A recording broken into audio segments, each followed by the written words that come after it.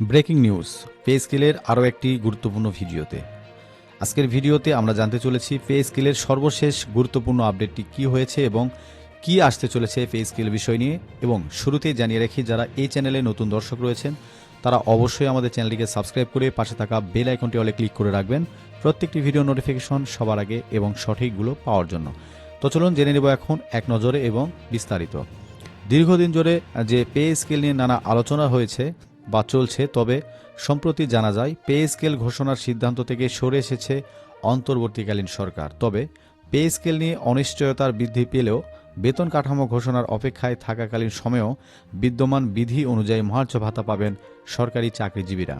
এদিকে সরকারি চাকরিজীবীদের সর্বোচ্চ ও সর্বনিম্ন বেতন ছাড়াও বেশ কয়েকটি গুরুত্বপূর্ণ বিষয় চূড়ান্ত করতে নবম জাতীয় পে স্কেল নিয়ে ফের সভায় বসতে যাচ্ছে পে কমিশন।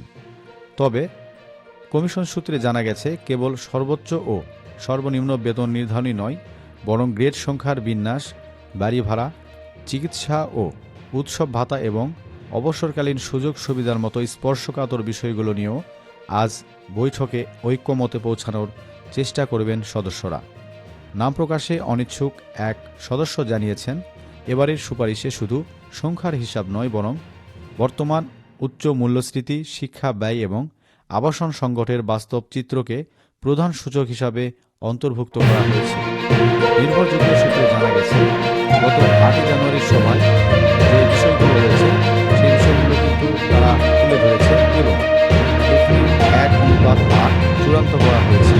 কমিশন 1:8, 1:10 এবং 1:12 এই দুটি ধরনের অনুপাত নিয়ে আলোচনার পর তুলনামূলক বৈষম্যহীন 1:8 অনুপাতটি গ্রহণ করে।